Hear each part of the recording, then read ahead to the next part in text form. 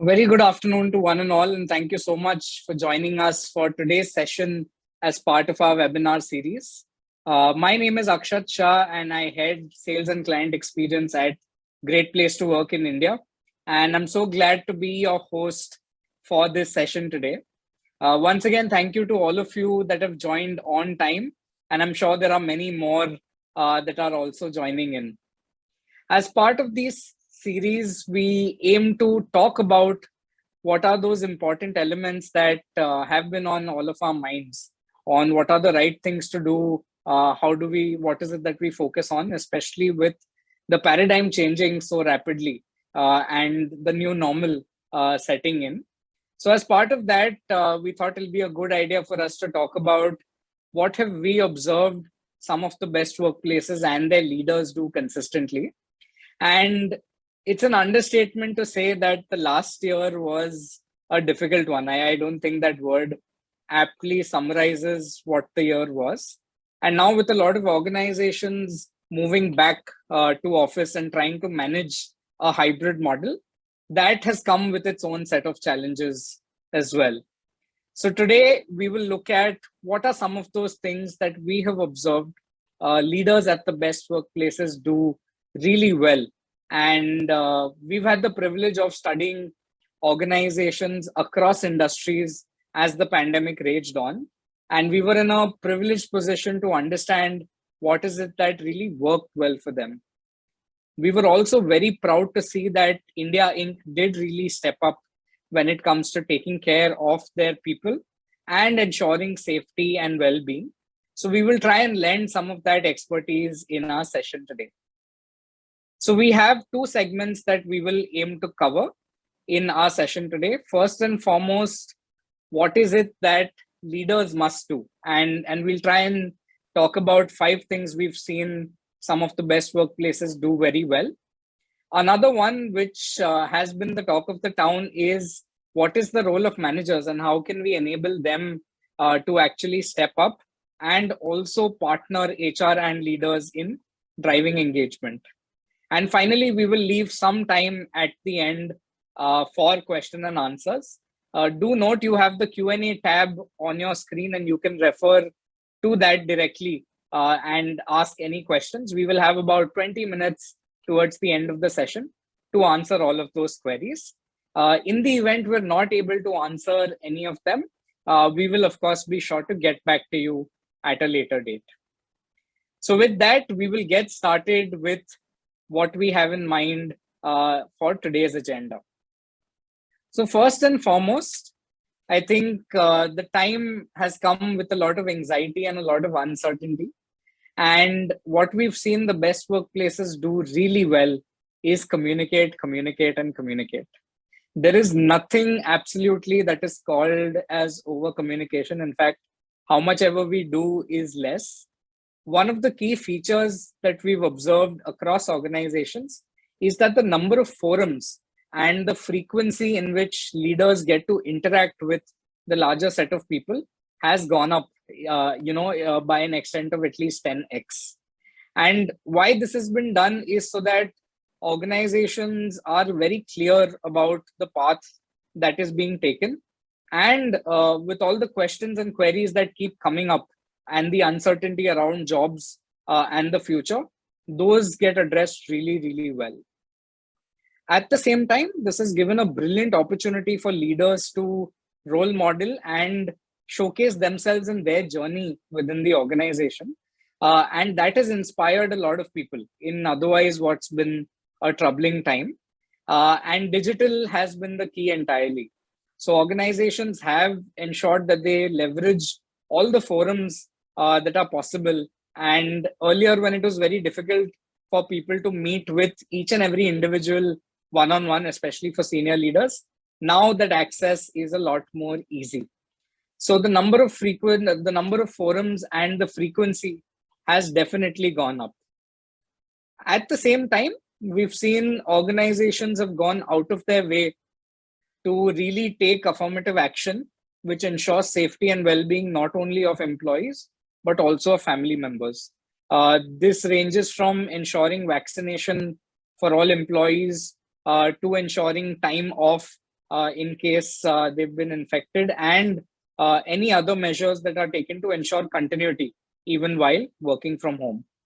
So it's now very important that we as organizations keep reinforcing all of these positive steps and these stories that we have collected over the last 1.5 year. Because fortunately, unfortunately, a lot of the positive things that an organization does, from a perception standpoint, there seems to be a certain shelf life. So it's very important that we keep reinforcing all of those positive steps because they will give us goodwill in the time to come. One of the other things we have realized is that leaders at the best workplaces don't shy away from expressing challenges or vulnerability. So wherever we have seen, leaders are able to be very open about the challenges that the organization is facing. Employees have been empathetic related to it and gotten together to solve all of those. What sometimes becomes a problem is if it is not very clear, but rumors and a lot of grapevine takes over in terms of what's happening and how are the challenges going to impact the day-to-day for an employee. So leaders have in fact found that having an open conversation and inviting questions around challenges and what it may mean in terms of impact to the business, to the individuals, has seen a lot of positive response from employees. It also has a way of humanizing leaders and thus building a very strong connect and relatability with the people. So communication is key, and this has been on the top 3 agenda points for all leaders across best workplaces. And this has also given them an opportunity to really figure out what are the right set of messages we want to pass down and ensure that this cascades to each and every last one of them. In a lot of large organizations, the issue that we sometimes also observe is that a lot of the right messages get lost in the channels and in the various layers of the organization. But these digital forums have a way of seeing directly what the leaders are talking about. And that helps address a lot of this. So must do number 1 is communicate, communicate, and communicate. Number 2, making listening a continuous process. Now, I'm sure all of us as organizations do a survey once a year or maybe twice a year. And that is the input we use for any sort of action planning or interventions that we want to run internally. One interesting trend that we observed over the last 1.5 years was that organizations have actually made feedback seeking a more continuous process. And they are capturing the sentiment of their people on a real-time basis. So sometimes as frequent as on a daily or even an hourly basis, what is the sentiment across the organization? How this has helped them is, of course, if there are any challenges that they foresee, or if there's any particular pockets in the organization which are less engaged or having some sort of concerns, they've been able to address it then and there, as opposed to waiting for the annual action planning process to kick in. And this has also given employees a lot more confidence that time and again, leaders are focused on seeking our feedback and working on it, and it's not an episodic exercise. With the back to office strategy, a lot of organizations have faced resistance, and I'm sure many of you can also relate that now that a lot of people have been used to working from home, it's that much more difficult to get back to routine. And there's all the data on how productivity has been impacted as well. But many organizations have seen that this is in fact a great way to know what is the feedback coming when we're doing our back to office strategies, and is there some amount of flexibility that we need to offer, or is there some specific need of our people we need to cater to? Because in such a setup, earlier non-verbal cues were very, very evident, but now with everything going virtual, that's become a lot more difficult. This also gives a great opportunity for organizations to provide regular updates in the forum about all the feedback that's coming in and the actions that are taken. So a lot of organizations, in the spirit of transparency, actually show the results at a regular interval in terms of what is the overall sentiment at the organization. And they keep giving updates on what are the steps being taken in those particular areas. And this does not necessarily mean that all the feedback that comes in needs to be actioned on, but it also provides an opportunity for you to clarify and share rationale wherever you can't take any action or if there is any challenge that they are facing. We as an organization also have launched a couple of tools that have been very, very useful.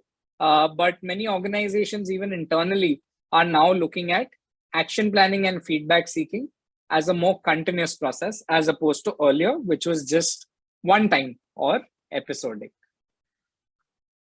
The third must do, and this I feel will be something that all of us will know and will not come across as a surprise, which is focusing on well-being.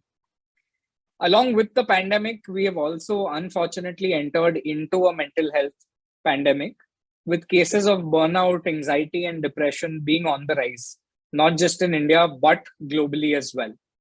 So this again has come to the forefront. And while as an organization, we've been talking about it for years, but the pandemic has really put this into focus. When we talk about well-being, it's not just the physical. The mental well-being has now taken center stage. And organizations, especially the best workplaces, are doing a lot in terms of providing all sorts of support, whether it's by way of EAP programs, counseling services, or grievance, any sort of grievance redressal mechanisms, not just for the employees, but also for the family members. When it comes to the physical aspect, organizations are ensuring that they regularly organize, even if virtually, sessions either on yoga, Zumba, and many other such meditation techniques, which help people manage their work and also be in the right frame of mind. One aspect that often gets neglected when we talk about well-being very holistically is the financial well-being. And we have seen that this is now increasingly becoming more and more important, where over 70% of employees would want to work for an organization which is focusing on the financial well-being as well.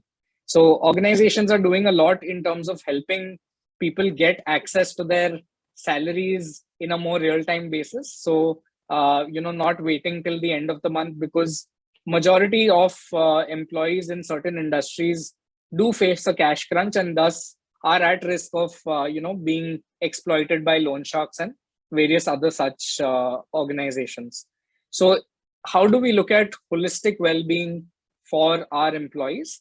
And how do we ensure that we're keeping track of the burnout rate, especially for those set of people, that 20% that deliver a lot of our core projects or a lot of our business? How do we ensure that those high performers, we are constantly keeping track of how we are allocating work to them, whether they have a healthy work-life balance, and just monitoring their level of stress and the support that we can provide to them.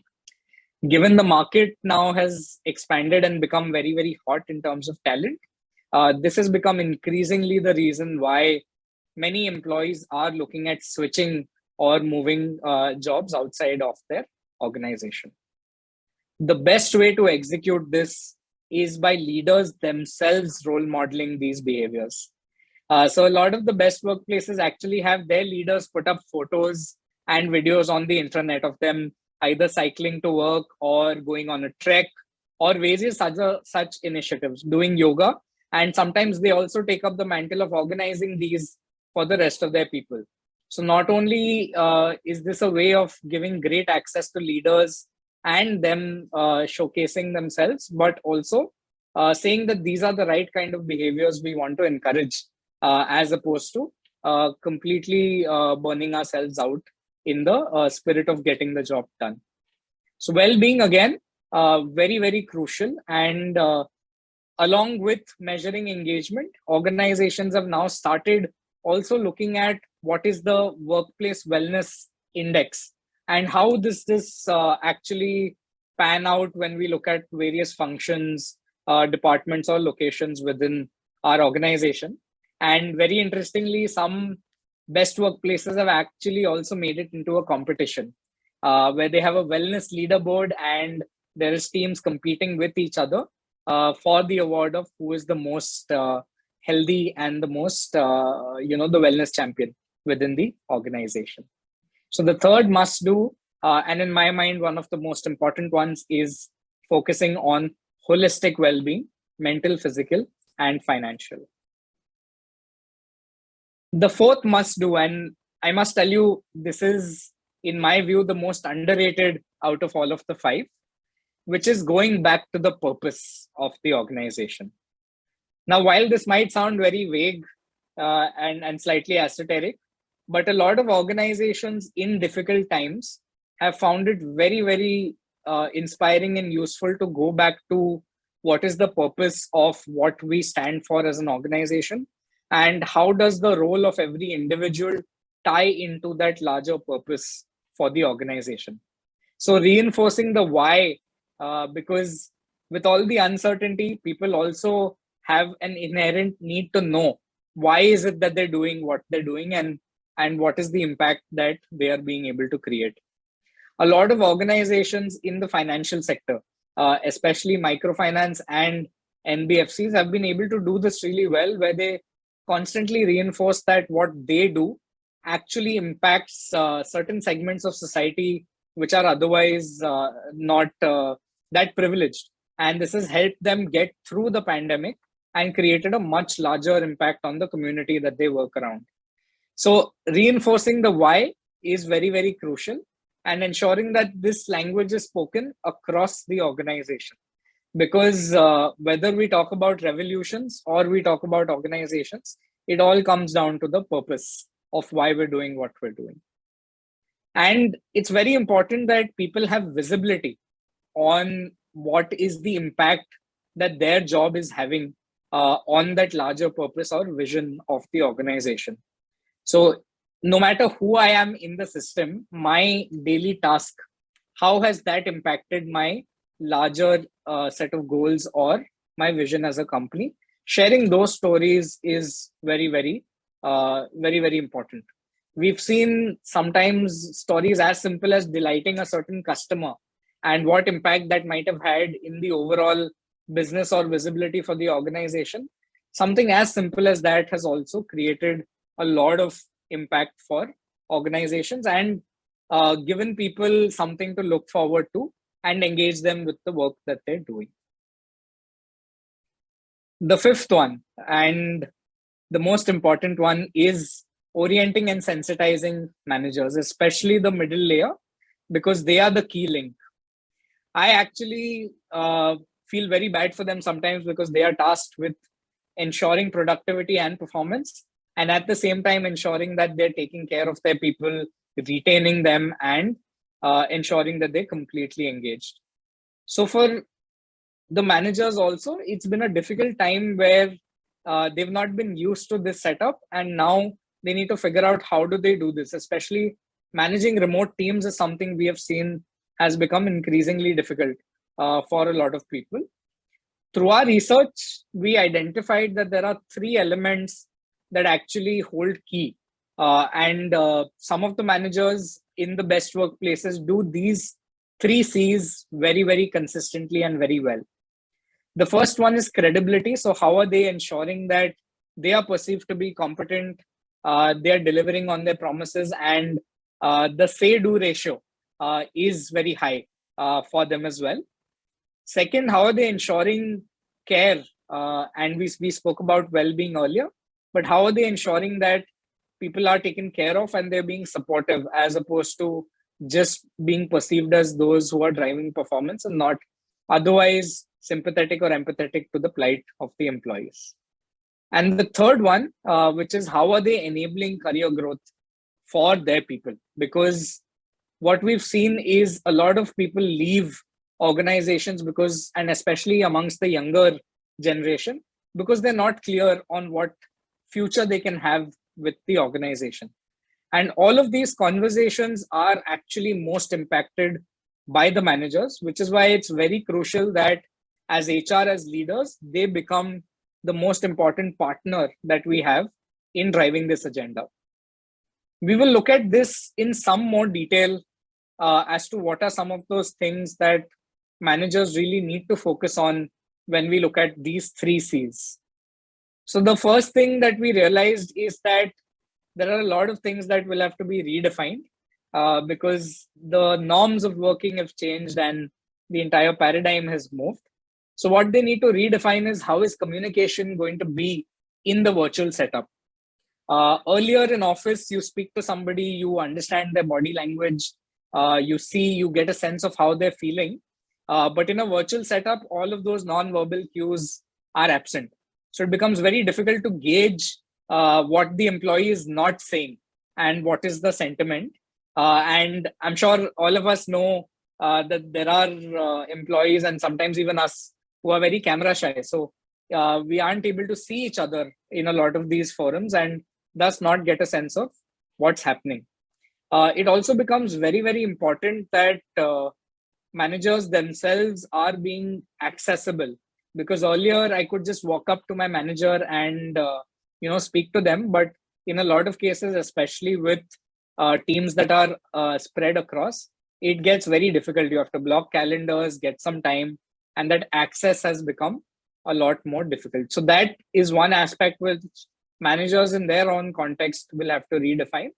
And what they will have to learn to do is how do they pass down very important information, which sometimes may not always be good news.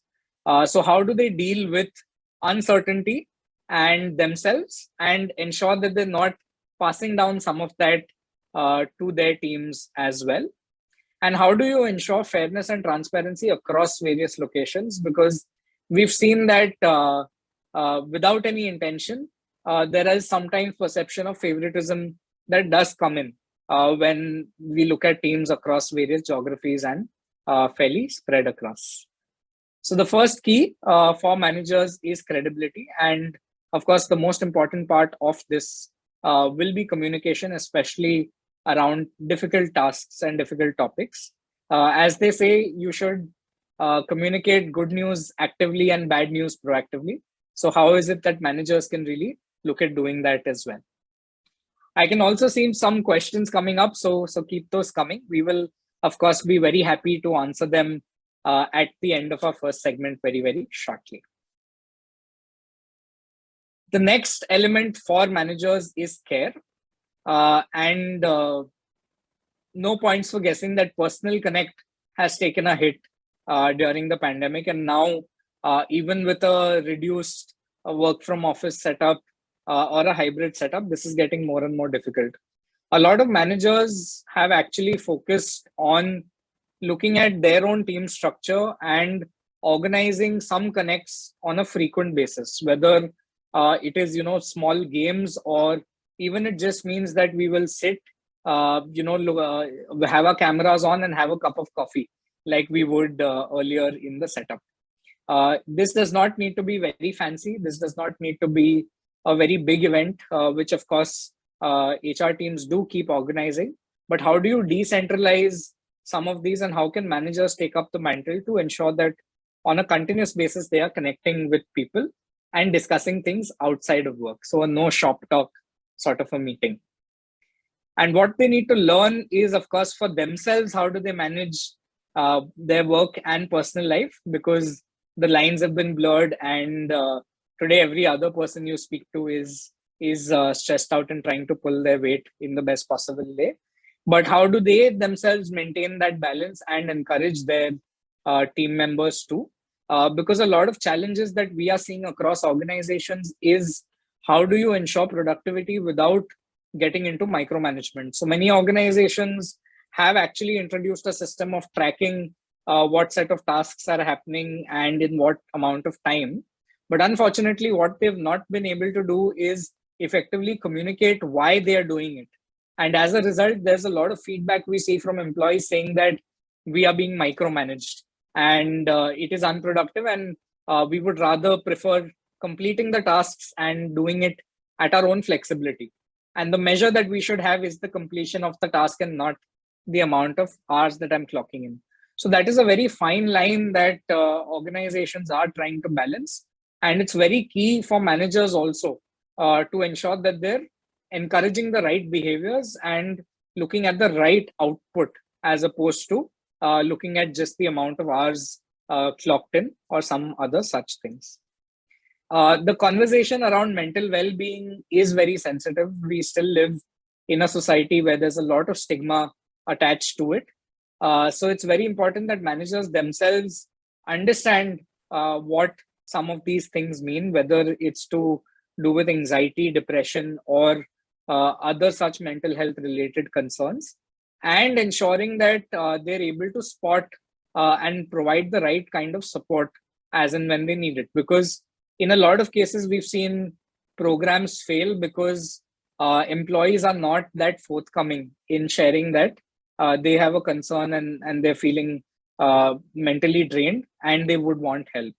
So it's very important for managers to proactively keep talking about this and encourage people to make use of all of the programs, counseling services, and other things that the organization has come in, and very useful to track what is the level of adoption also of such programs within the organization. Lastly, in the area of career growth, a lot of organizations are now moving to focusing on horizontal growth as opposed to vertical. Because as all of us know, there's only so many people you will be able to move up in a given span of time, and everybody wants to grow. Everybody wants to build a career, move to the next level, and take higher responsibilities. So a lot of organizations have now switched the narrative to say, how do we focus on horizontal growth as a lead up to vertical growth? So any lateral movements are encouraged, they are celebrated, and that is looked at as the logical path to grow up in the organization. So how do we use our career frameworks or our conversations to focus on lateral exposure as opposed to just vertical exposure for our people? And of course, 8 out of 10 sessions that we do with leadership teams, we usually see concerns around promotions, performance evaluations, and those set of conversations. So managers need to be able to learn how to effectively do these conversations virtually, in which they're making the employee entirely aware of what is the criteria, what is the expectation from them, and what is their feedback. So what is it that they need to improve on, and why is it that they got promoted or did not get promoted, and what is it that they need to do. And what becomes even more important is ensuring that a lot of these conversations are documented very transparently, and there's nothing left to hearsay or just verbiage. So that becomes very, very crucial. And the most important element, this is not just for managers, but for organizations overall. The currency in the new normal is going to be the ability of an individual to learn and keep learning. So how, as managers, as leaders, can we foster a culture of learning where we're constantly challenging what we currently know, what are the skills we have, what are the skills we need to develop to be able to get the organization to the next phase and grow ourselves as individuals. So organizations have, of course, ensured that a lot of learning resources are available. And given the boom of this industry also in India, a lot of courses free of cost are actually available. And organizations and managers are looking to encourage and recommending the right set of courses and trainings that the people need to take up. And this may also mean trying out different roles, different projects within some part of my role or my KRA, so that we continuously keep learning. And if the pandemic is any proof, a lot of things can get disrupted, and overnight we will have to change how we do things. So this also ensures that as a workforce, as a mindset, we are very, very agile. So these were some nuggets. I hope these were useful in terms of what best workplaces are focusing on and what some of us should focus on. We have now some time for question and answers, and we'll be very happy to take those. But before I do that, because many of you mentioned this while signing up for the webinar as well, we are approaching our deadline for the nominations for India's best companies to work for and our Great Place to Work certification program. So in case you are interested, you can write into me or visit our website and drop in your details, and our team will get in touch with you very shortly. Thank you so much. And we'll, of course, now pick up some of the questions that many of you have. Feel free to keep putting your questions in the Q&A tab that we have on your screen, and I'll be happy to answer them one by one.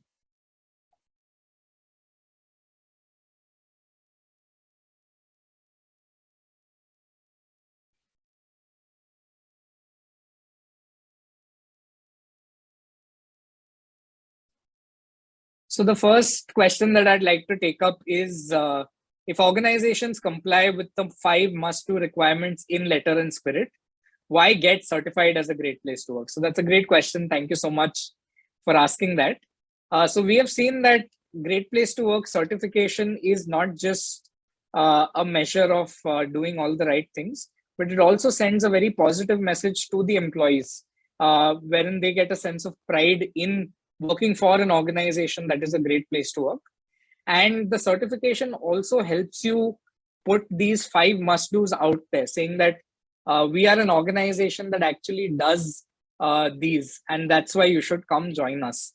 So the certification is merely a validation of these 5 must-do things that you are doing in your organization, and it will help you put the word out there and attract the right-minded people for your organization. And additionally, for employees, it's a great deal of pride in associating and working for an organization that is a Great Place to Work certified company. So that's why it's important that you do get certified. But as long as you are doing the 5 must-do things, you will be a great place to work, whether or not we certify you or not. The next question that I'd like to pick up is, what could be the key enablers to ensure the team to be back to the purpose? So this is a very interesting one because this is very difficult to achieve. And I think there's a follow-up question that says, additionally, how can team leaders be involved for a collective buy-in from the team? So first and foremost, it is very important that team leaders themselves understand what is the purpose of what we're doing, and they relate what they do every day to that. It's only then that they can actually go back and share that with the team. The key enabler is communication for this entirely. And this has to come from the top. It has to be leaders talking about what is it that was in their mind when they defined the vision or the purpose for the company, and how does it tie into what we do every day. Oftentimes the missing link is, how does this tie into our day-to-day? Because sometimes it may be just something that's on paper and very superficial. So communication is the key, and this has to come right from the top. First, you need to do this for your set of team leaders or your middle level of managers, and then encourage them to pass it down. And this has to show in what you do. It cannot just be a one-off conversation. So how are you doing your recognitions? How are you doing your announcements? How are you doing your performance evaluations? All of those should reflect your set of values or your purpose as an organization.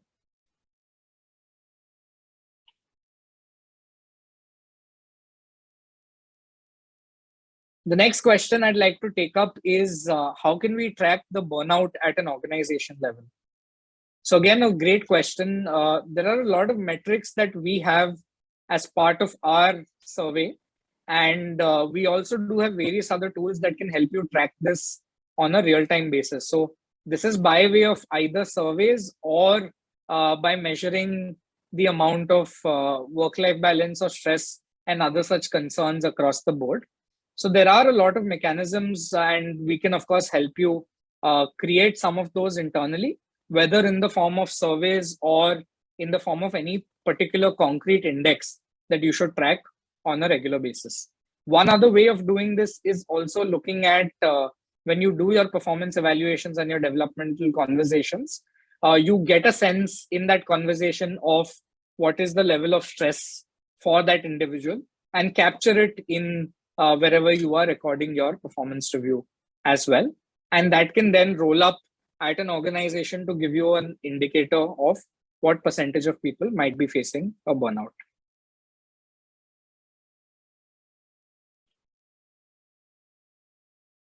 The next question that I'd like to pick up is how do you measure the effectiveness on the awareness of companies' values, vision, mission, specifically amongst blue-collared employees?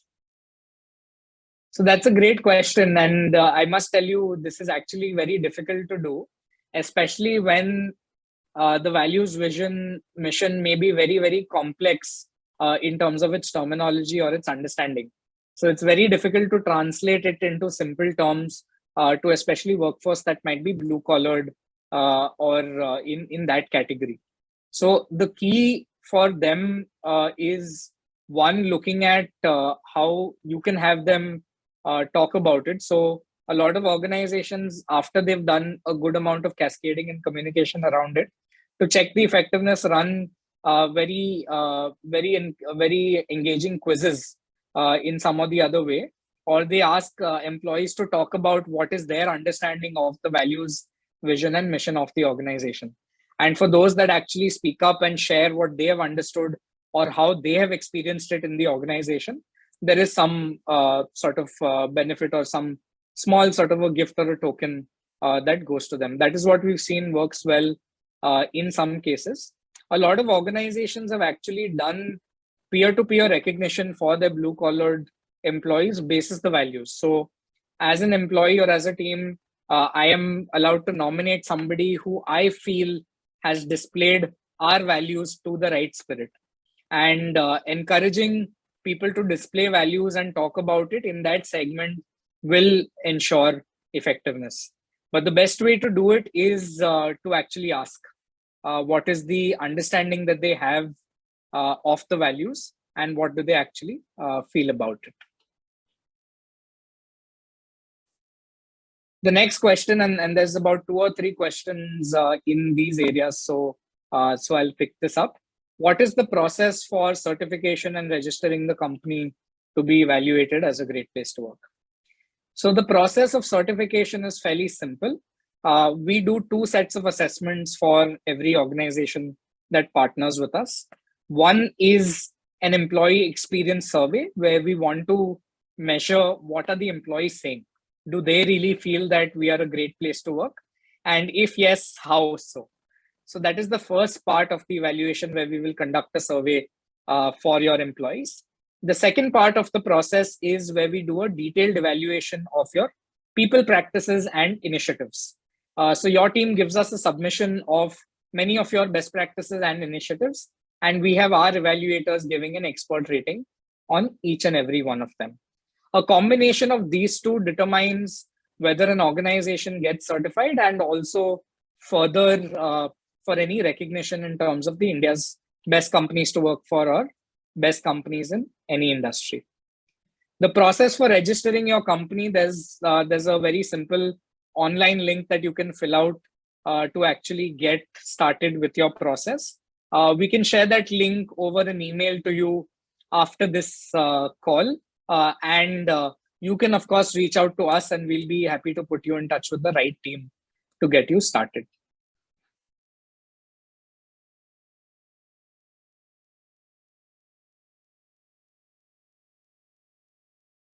All right.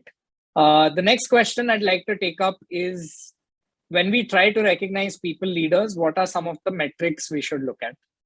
So that's a great question. And oftentimes, whenever we conduct any sessions for the leadership, we often ask this question saying, how are you really looking at growing your people?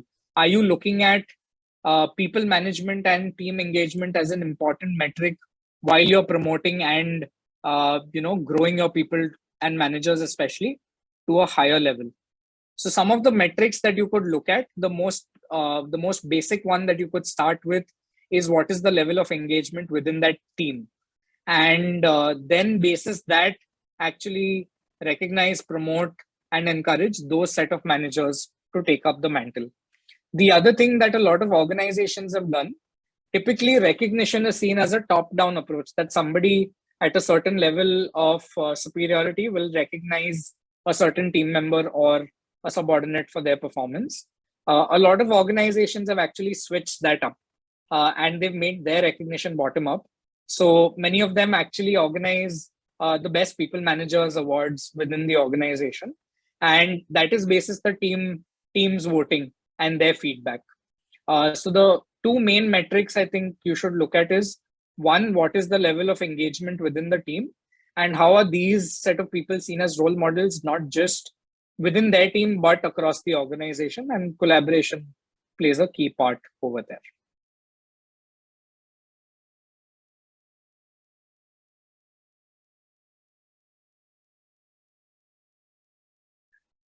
So there's a question that says, as rightly said, communication is the key, but how would you define the best way of communication? Mails, meetings, managers talking about it, common boards, or what is it that really makes an impact? So that's a great question, and there's no right answer to this because it varies from context to context for any organization. What we have seen is that emails as a medium is slowly not that effective anymore, because there's so much data that all of us are being bombarded with at all points in time. So email, while is there as a medium and should be used, but is not the most effective one. One-to-one conversations and managers talking about it as part of their huddles and catch-ups, in my view, is the best thing to do. But at the same time, using your intranet is very, very crucial. So having an intranet or some sort of a common forum where people are very active, that one single forum should be your all messaging sort of a forum. So managers talking about it, your intranet or that common forum. And what a lot of organizations have started doing is also using videos. So leaders actually record very short videos of themselves talking about any particular topic or giving any important information. And those are then circulated through all of the internal WhatsApp groups or any of the other channels. So I think videos directly talking about it and your common boards or your internet is the most important ones. Emails as a medium is slowly dying. So while it should continue, but it will not be as effective. There's one more question. Is there any proof that with the wellness index study, the performance has improved for organizations? So yes, we do have a lot of data which directly correlates to the turnover, the burnout, the attrition, and even the customer satisfaction in a lot of organizations. So it's not just that you do the wellness index and then you will see great results. It will also mean that as a result of knowing what that index is, we take the right set of actions. So if we've seen that those set of actions have been proactively taken, then we've seen improved performance, lesser attrition, and a lot more engagement within employees. But of course, it's conditional on ensuring that the inputs that we get while conducting the wellness index, those are acted upon.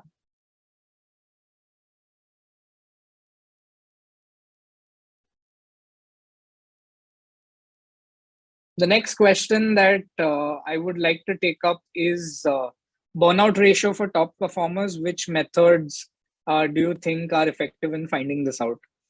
So of course, by way of continuous and real-time feedback seeking, by way of surveys, or for those set of people, what organizations have started doing is, apart from the manager, identifying either one or two mentors within the organization as well.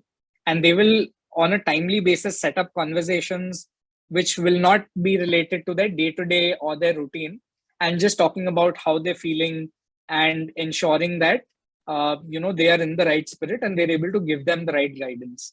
So apart from any surveys or any feedback mechanisms, assigning mentors is a very good way to identify, because they will immediately in their conversations, and given that these will be experienced folks, be able to identify when somebody is facing a burnout and what we need to do to ensure that that is taken care of.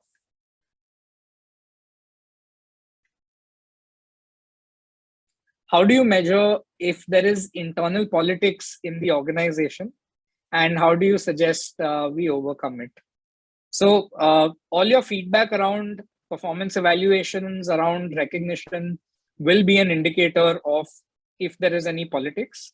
Your measure of cooperation within teams and collaboration will also give you a sense of whether we're getting siloed and if there is any element of politics. There's no easy answer of, or there's no one sort of suggestion that can completely, overcome this. But what works the best is building capability of our managers. In their behaviors, they need to be a lot more transparent, a lot more fair, and that is what ensures that there is no politics within the team itself.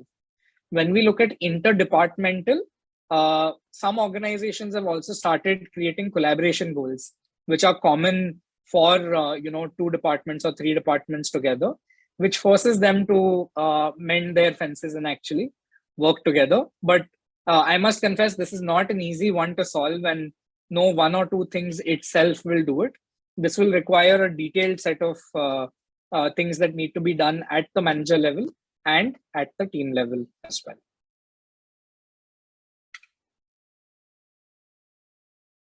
All right, I'm just going to see if there's any, there are some questions in our chat as well. So let me see if I can start taking some of those up before we close for the day. So there's one question which says, how do we measure the ROI of well-being initiatives? The easiest one to measure is what is the level of adoption, because that is something a lot of organizations are struggling with. So let's say with any sort of EAP programs or counseling services, how many employees are actually coming up and taking those, taking the benefit of it. That is very, very important.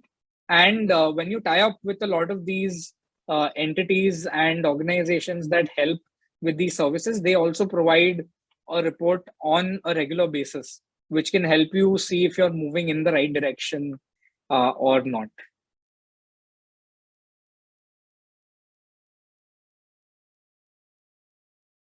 This is a very interesting one. How do you pull employees for employee engagement activities, especially since many of them, are shy on turning on their cameras, and in spite of us planning games, people are not doing that and not getting engaged. The best thing in my view to do is have them organize it. So a lot of organizations have now actually shifted the mantle back to employees. So let's say if you're doing it within a team, you do it on a rotation basis. Every time it's the responsibility of a particular individual to organize a game for the rest of the team. So that way it's then seen as their initiative and not something that HR or leaders are trying to do to engage with them. The best way to solve this is by having them itself organize these and keep rotating it within the team.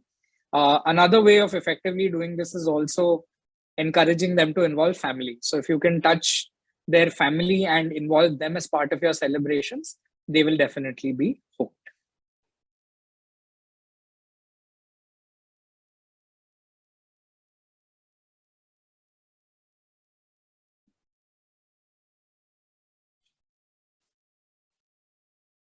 There is a question on, can you please roll out the presentation? Of course. So we will be sharing this presentation after the session, and you can then use that. And in case if you want to discuss any of these further in detail, you can always reach out to us and we'll be happy to, get that done. So I'll take a last question, which is, how do you stop bullying in the organization? So this, I think, is, of course, a sensitive topic and a very important one. So if you are experiencing this sort of a culture in or this sort of behaviors, it's very, very important that you take strict action against those, because this in turn will encourage others to do it as well, because it might be a okay thing in our sort of a setup. So leaders need to visibly take action around these areas, pass on the right set of messages, and also ensure that it's being very, very transparently put forward that this is not acceptable to us as an organization. And I'll take the last question, which is a follow-up, which is, and what if the bullying is encouraged by the management? I, as an individual, always believe in the power of feedback. whether it's, like I mentioned earlier, a revolution, or if it's an organization, feedback is very powerful. So if there's enough number of people sharing that feedback very regularly, very openly to the management, then they will be forced to make that change and then encourage the right set of behaviors within the organization. Because at the end, they need the employees, they need the managers to run their business. They are the key pillars, and without them, none of this happens. So if we share that feedback very openly, because sometimes it might not be on purpose. We've in a lot of our interventions realized that a lot of leaders may not do this intentionally, and sometimes they don't realize unconsciously how they might be giving some of these perceptions out. So it's very important that we make them understand it, share that feedback, and of course trust them with the opportunity of working on that feedback and changing. Because like I said, feedback is a very, very powerful tool, and it can make all the difference. And along with just sharing feedback, you can also tell them what is it that you feel that they can do. So feedback does not necessarily need to be a one-way process that's top down. It's very important that you tell them that, hey, I didn't think this was right, and here's how I feel you could have handled this better. And if it still persists, do reach out to us. We will love to have a conversation with your management and your leaders and see how we can help them around this as well. Thank you so much. It's been a very engaging session, and thank you for coming on time and sharing your questions. I'm very happy to see all of the questions that have come in, and my apologies in case we've not been able to answer all of them in the interest of time. We will, of course, send this presentation across for all of you. And as I mentioned earlier, we are soon going to reach the deadline for participation in the Great Place to Work certification program. So in case any of you are interested, do reach out to us, and hope you have a great rest of the day and a great weekend ahead. Thank you so much. Take care.